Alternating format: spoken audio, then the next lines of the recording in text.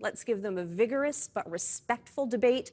In the first and only televised face-off between the Greens, Conservatives and NDP before British Columbians head to the polls, it doesn't take long for things to heat up.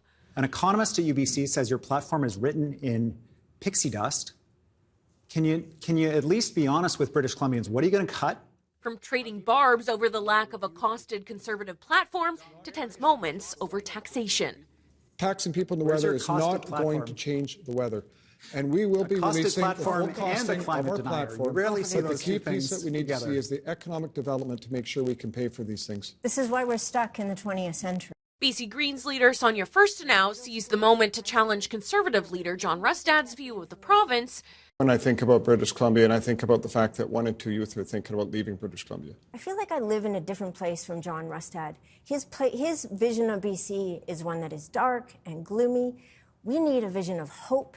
And there were heated exchanges over anti-vax comments. He's still an anti-vaxxer. He appeared in front of a group of people that called the so-called, you called it the so-called COVID vaccine. You said you wish you'd never been vaccinated. That's just not true. I am not anti-vax. I am anti-mandate.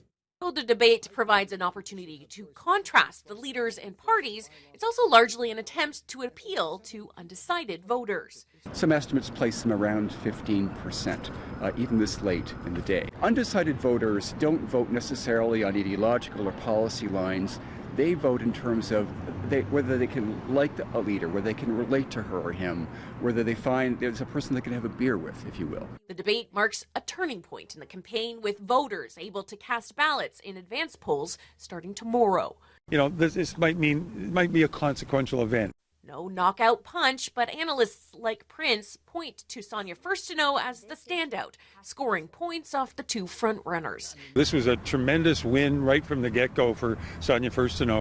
The disappointment, Prince says, may be with the Conservatives. Mr. Rustad seemed very awkward, very stiff, and coached to try to look relaxed. For the Conservatives who are hoping to ride that wave of resurgence on the right, it really didn't add much momentum, I would think, for the undecided.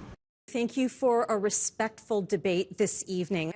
As to how this one and only unscripted televised meeting of the leaders lands in this notably close election race will be determined October 19th.